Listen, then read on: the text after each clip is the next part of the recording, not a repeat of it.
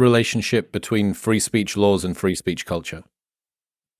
Yeah, I think that this is one of the most interesting insights from the book, where there are three countries with extremely robust free speech laws on the books, which, aside from the US, almost to, if you were to read them, you might think that it's the First Amendment. And they are Turkey, North Korea, and Russia. So having a free speech law on the books means absolutely nothing if your culture and practice does not abide by them.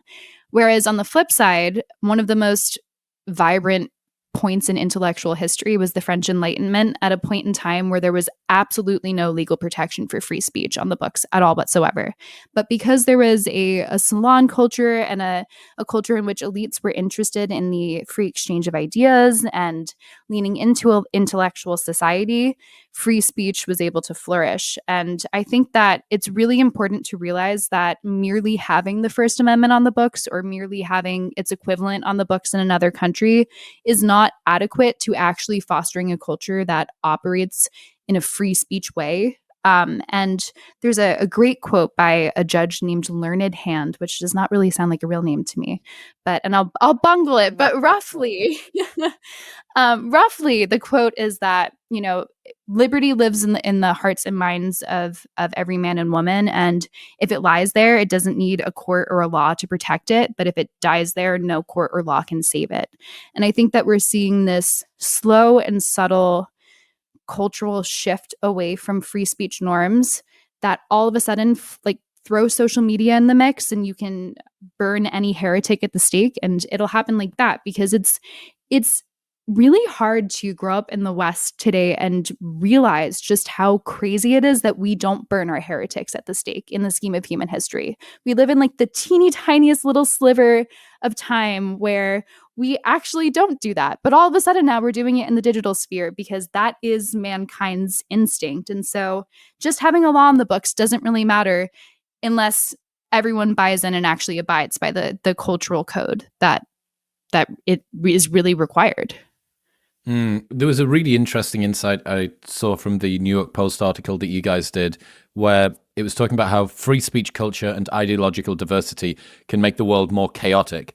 And because most humans don't like this, a good contingent of those people will happily trade their freedom for increased predictability. That if you're exposed to new opinions and ideas that don't conform with you, you have to confront the fact that maybe you're wrong. And, accepting that you are wrong to the ego is tantamount to destruction. It's almost an invalidation of you entirely. Oh my God, if I'm wrong about this, what else might I be wrong about? And this denial of ever having to admit that we're wrong, especially in a world where everything that we do and say is permanently cemented on the internet for all of time for people to scrutinize.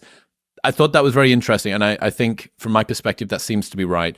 A more chaotic world with a multiplicity of ideological viewpoints and diversity of opinion is unsettling in many ways to people, and they will happily trade the accuracy and the truthfulness and the freedom that they have in order to increase the reliability and predictability that they have about the world going forward.